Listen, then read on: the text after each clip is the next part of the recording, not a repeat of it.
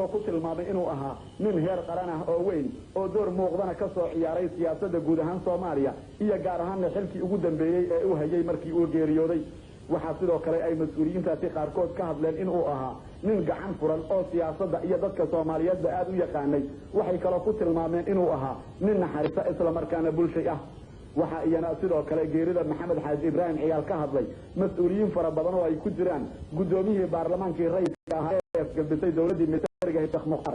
iyo Aqal Axmed Raago oo ka mid ah duqeyda caanka ee laga yaqaan Muqdisho kuwaas oo dhammaantood ku tilmaamay Maxamed Xaaji Ibraahim Cigaal inuu ahaa nin siyaasi ruuxda ah oo Soomaaliyeed si kastaba ahaatee Maxamed Xaaji Ibraahim Cigaal wuxuu ahaa nin aad looga yaqaanay Muqdisho waxaana maanta ilaa xalay xafiiska Muqdisho ee BBC ku soo dhacay ay boqolaal mas'uuliyiin ah oo ay ku jiraan kuwa gobolada Gedo Jubbada Hoose iyo Shabeellooyinka u dirayaan qoyskii iyo eheladii iyo guud ahaan ummadda Soomaaliyeed ee uu ka geeriyooday marxuum Maxamed Xaaji Ibraahim Cigaal xasan bariise BBC Muqdisho kadib geeridii madaxweynaha marxuum Maxamed Ibraahim dadweynaha tirada badan ee wadooyinka iyo meelaha la isugu yimaado maraya waxa ay ka taxinayaan geerida madaxweynahooda iyadoo qofka uu gacan qaado ay wadaagsanayaan samariyeen goobaha ganacsiga ayaa waxaa laga saaray go'aan calanka Somaliland isaga lama degsiyo waxa weeye oo halka uu shaqeeyo uu qorayay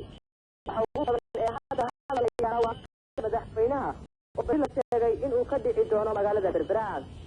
madaxweynaha cusub ee shalay sheegay madaxtinimo loo dhaariyay daariya la kaahin hukuumaddiisa iyo guddiga wuxuunada oo ka kooban saddex gole oo xil saaray qabanqaabada aaska madaxweynaha geeriyooday ayaa ku guuleystay diyaarinta howlaha aaska magaalada Boorama Maxamed Caqli Hariyo oo aasasi jooga oo aan khadka telefoonka kula xiriiray ayaa ii sheegay in magaalada Boorama si weyn loogu diyaar garoobayo kasoo qaybgalka aaska madaxweynaha geeriyooday Maxamed Ibraahim Cigaal magaalada Erigana wariyaha la xiriiray ayaa ii sheegay in magaalada si weyn looga deemayay mudada geerida madaxweynaha shaqooyinka iyo hawlaha kale ee maamul intuba waxa uu socda wadooyinka oo dugsiyada ka saxayeen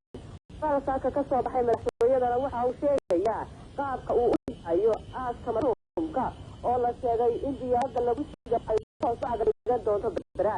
Shaariya Maxamed Rabile BBC Hargeysa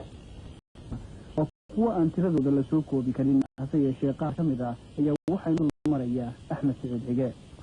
Maxamed Cabdiraxmaan ra'iisul dowladda ku-meelgaarka oo naga soo gaaray dalka Kuwait waxa uu Maxamed Xaaji Ibraahim Cigaal Ilaahay uga baryay naxariistii janno isagoo ku tilmaamay in uu qayb weyn uu ka soo qaatay halgankii xornimada iyo midnimada ummadda Soomaaliyeed waraaq ay ku taxan yihiin 32 magac ayaa waxaa magacyada ku qoran ka mid ah Xasan Maxamed Nuur Shaati Guduud Cabdilaahi Ismaaciil Lawle Imaam Cumar Xuseen Maxamed Saarax Aydiid Aadan Gabiyo Cabdilaahi Yuusuf Axmed Muuse Suudi Yalaxow iyo Maxamed Dheere warqadaasi oo uu ku saxiixay afhayeenka SRRC Maxamed Cali Aadan Qaliile waxa ay geerida Maxamed Xaaji Ibraahim Cigaal uga tacsiyeeyeen shacabka Soomaaliyeed iyo heladiisii waxay Maxamed Xaaji Ibraahim Cigaal ku tilmaameen in uu ka mid ahaa geesiyadii Soomaaliyeed ee dhaliyay gobonimada iyo isku darka labadii gobol ee Soomaaliya waxayna Ilaahay ay uga baryeen in uu naxariistiisa ka waraabiyo magaalada Boosaaso Jaamac Ali Jaamac ayaa isaguna faakisi tacsi ah ka soo diray waxaana uu ku tilmaamay Maxamed Xaaji Ibraahim Cigaal oo baal dahabaha uu kaga jiro taariikhda Soomaalida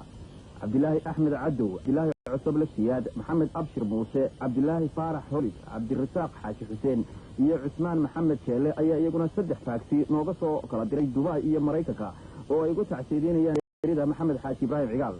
Axmed Ducaale Xaaf oo nagula soo xiriiray telefoonka magaalada Muqdisho ayaa isaguna sheegay in salaadiin iyo madax dhaqameedyo ay ka mid yihiin Imaam Maxmuud Imaam Cumar ugaas Axmed iyo ugaas Cabdiraxmaan ugaas Khaliif ay tacsi u dirayaan qoyskii eheladii Maxamed Xaaji Ibraahim Cigaal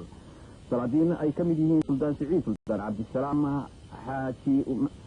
Same Aadan Yuusuf iyo Shira Maxamed Alax Cawl oo ku qoran waraaq ay yihiin 17 magac ayaa iyaguna waxay ka tacsiyeynayaan isla geerida Maxamed Xaaji Ibraahim Cigaal Suldaan Cabdilaahi Cabdallow Cumar oo ka soo qoray Shabeellada Hoose iyo 10 magac oo kale oo ku kala qoran warqadaasi ayaa iyaguna tacsiin u diray qoyskii eheladii Maxamed Xaaji Ibraahim Cigaal gudoomiyaha jaamacadda muqdisho dr cali sheekh abubakar dr cabdiraxmaan macalin baadiyow brofesor xuseen macalin imaami iyo brofesor shariif cusmaan ayaa iyaguna faag tacsi ah nooga soo diray magaalada muqdisho cabdiraxmaan